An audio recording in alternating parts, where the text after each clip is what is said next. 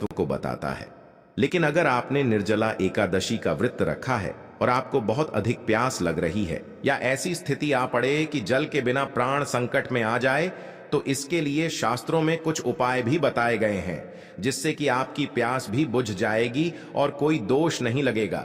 साथ ही विधि से जल ग्रहण करने पर आपका व्रत भी निष्फल नहीं होगा। आइए जानते हैं क्या है वह उपाय। निर्जला एकादशी में व्रत के दौरान अगर आपको अधिक प्यास लग रही है तो आप ओम नमो नारायणाय मंत्र का 12 बार जाप करें। इसके बाद चांदी, पीतल या मिट्टी धातु के पात्र में पानी में गंगा जल मिलाकर भर दें। इसके बाद आप घुटने और हाथों को जमीन पर रखकर पशुवत जल पी सकते हैं। इससे व्रत निफल नहीं होता है। इस तरह से जल पीने के बाद आप पूर्ण व्रत का पालन करें और अगले दिन यानी द्वादशी तिथि को विधिपूर्वक एकादशी व्रत का पारण करें। निर्जला एकादशी में व्रत के दौरान अगर आपका गला सूख रहा है तो आप आचमन कर सकते हैं। इसके अलावा आप कुल्ला करके पानी को बाहर निकाल सकते हैं। इससे पानी गले से नीचे नहीं जाएगा और आपका व्रत भी नहीं टूटेगा। अब बात करें, निर्जल नहीं रह सकते हैं तो क्या करें? अगर व्रत करना चाहते हैं, हमारे मन में श्रद्धा है कि हम श्री हरि विष्णु का यह व्रत करें, उनकी कृपा हमें भी प्राप्त हो, लेकिन हम निर्जल नहीं रह पाते हैं, तो हमें क्या करना चाहिए? अगर आप निर्जल नहीं रह पाते हैं, जैसे कि कुछ समय कुछ ऐसे भी नियम होते हैं, जैसे कि हम प्रातः काल की संकल्प ले लें कि हम आज सूर्योदय से लेकर कल सुबह तक निर्जल ही रहने वाले हैं, तो आपको संकल्प का पालन करना चाहिए और आपको यह नियम पालन करने का पूरा प्रयास करना चाहिए। लेकिन अगर आप व्रत में संकल्प लेते हैं कि हम यथासंभव निर्जल रहने का प्रयास करेंगे, जितनी हमारे शरीर में क्षमता है उतना हम प्रयास करेंगे कि हम निर्जल रह पाए, तो आप प्रयास करें।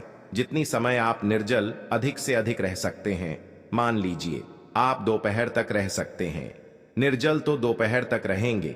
दोपहर में फिर श्री हरि विष्णु से प्रार्थना कर लीजिए, पूजा आराधना करके आप जल ग्रहण कर लीजिए। अगर आप नहीं रह पाते हैं और आप चाहे तो शाम तक रह लीजिए, मतलब अपने शरीर की आखिरी क्षमता तक हमें कोशिश करना चाहिए व्रत को पूरा करने का। तो अगर आप शाम तक रह पाते हैं, देर शाम को, फिर आप भगवान श्री हरि विष्णु पूजा आराधना करते हैं, आरती करते हैं। उसके बाद थोड़ा सा जल आचमन में लेकर ग्रहण कर सकते हैं। दूसरी चीज, अगर आप बिल्कुल भी निर्जल नहीं रह पाते हैं तो आप जल के साथ भी इस व्रत को रख सकते हैं। ऐसे में आपको चाहिए कि आप जल आहार करें, मतलब आपको फल नहीं लेना है, कोई चीज ऐसे दांतों से चबा कर नहीं खानी है। आप जल के साथ या फिर आप चाय ले लीजिए, जूस वगैरह लेकर इस व्रत को कर लीजिए। अगर आप बिल्कुल भी निर्जल नहीं रह पाते हैं, शारीरिक रूप से अस्वस्थ है, तो आप इस तरह से भी व्रत का पालन कर सकते हैं। आप सिर्फ जूस, चाय द्वारा, जल द्वारा इस व्रत को कर लीजिए, मतलब जलाहा के द्वारा। अगला जो नियम है कि अगर आप जल से भी सक्षम नहीं हैं, आपको कुछ ना कुछ खाना जरूरी है, आप शारीरिक रूप से स्वस्थ नहीं हैं, तो आप फलाहार के द्वारा भी इस व्रत को कर सकते हैं। फल के अलावा अगर आप बुजुर्ग हैं, आप चाहते हैं व्रत का फल आपको मिले, कुछ तो मिले, जितना भी हम करेंगे, कम से कम भगवान श्री हरि विष्णु की कृपा कुछ तो हमें प्राप्त हो, तो ऐसे में आपको चाहिए कि आप एक समय अन्न ले लीजिए, या फिर आप भी जो फलाहारी भोजन होते हैं आप उसे ग्रहण करके भी व्रत के नियम का पालन कर सकते हैं। मतलब आप जितना भी आप प्रयास करें कि आज का दिन आपका व्यर्थ ना जाए। निर्जला एकादशी है, साल की सबसे बड़ी एकादशी है, तो आप अधिक से अधिक अपनी शारीरिक क्षमता के अनुसार भगवान श्री हरि विष्णु की कृपा प्राप्त कर सके, तो आप व्रत के जो भोजन होते हैं, फलाहारी भोजन जो होते हैं, आप उसे लेकर के भी व्रत कर सकते हैं। सेंधा नमक ले सकते हैं, और आप जैसे कि व्रत फूड जो होते हैं, कुत्तू का आटा, सिंघाड़े का आटा, इसके द्वारा भी व्रत कर सकते हैं। अगर आप इससे भी सक्षम नहीं हैं तो मैं आपको कहूंगा कि आप अन्न लीजिए। चाची जी, सगाई की मिठाई। हाँ बेटा, अरे तेरे बाल धागे जैसे पतले कैसे हो गए?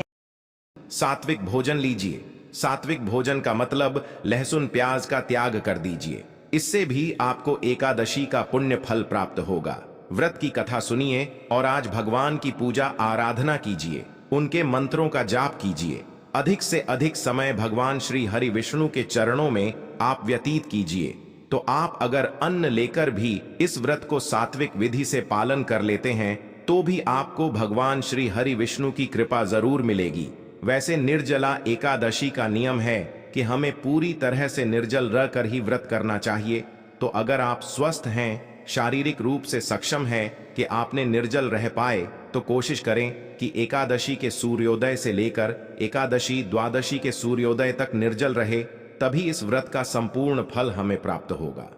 बाकी जो नियम है, जैसे जल आहार, फलाहार या फिर अन्न का आहार ले रहे हैं, तो इसमें यह हो जाएगा कि आपको एकादशी का कुछ फल तो अवश्य प्राप्त होगा।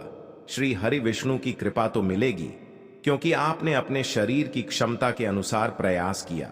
इस विधि से आप रह सकते हैं। अगली चीज, निर्जल व्रत रह रहे हैं, हमें संकल्प लिया है निर्जल का, लेकिन क्या हम चाय और दूध बगैर पी सकते हैं या फिर जूस ले सकते हैं?